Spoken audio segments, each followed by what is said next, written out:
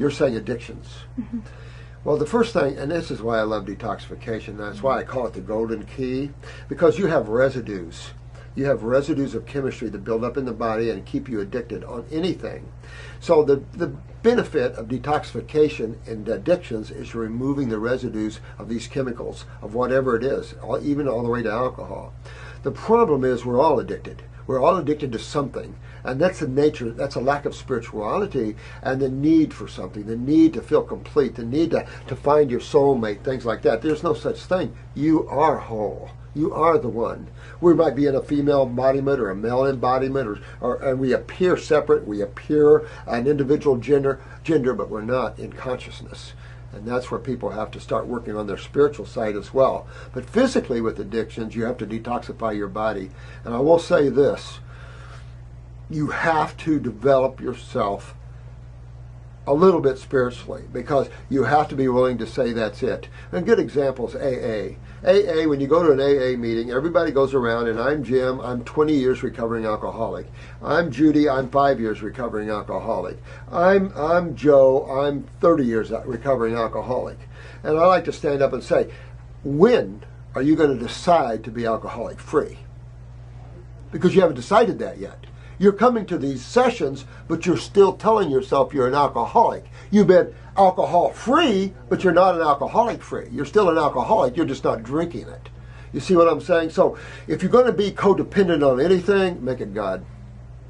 Because that will take you into consciousness, awareness, happiness, and joy. So if you're going to be codependent and you want to take on a habit, take on the infinite as a habit. And that one will lead you in much better places. Physical habits are emotionally driven mostly, and that is a lack of understanding the self. It's a big lack of people understanding who they are. And we're way away from the Godhead here in this physical universe that's very chemical. So we're very alone. We're very, I'll say this, aloneness is always the key to God, but loneliness is not. And this is where loneliness is found. And the average person has no sense of happiness and self to them. That their mind drive them in every desire, and then they don't know who they are. They've never taken time to be away from their mind, so their product of their life is all mind and thought and desire. But that's not who you are. That's your game you play. It's like going to the movies and watching a movie. The movie's good, and if it's really good, the director's really good, you'll lose yourself.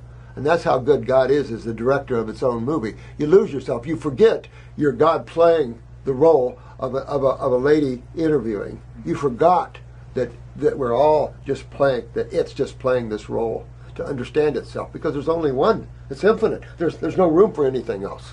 You can't have divisions and separateness in consciousness, but you can appear to have it in creation, states of consciousness. You can appear to have it.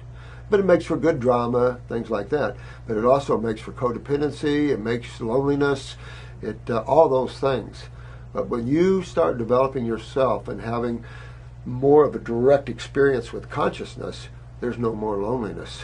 But it is extreme aloneness, because there's nothing else exists but you. And there never will be. So you will always be alone. Each and every one of you will always be alone. Get used to it. And enjoy that aloneness, because that's where you find truth. Not in the masses.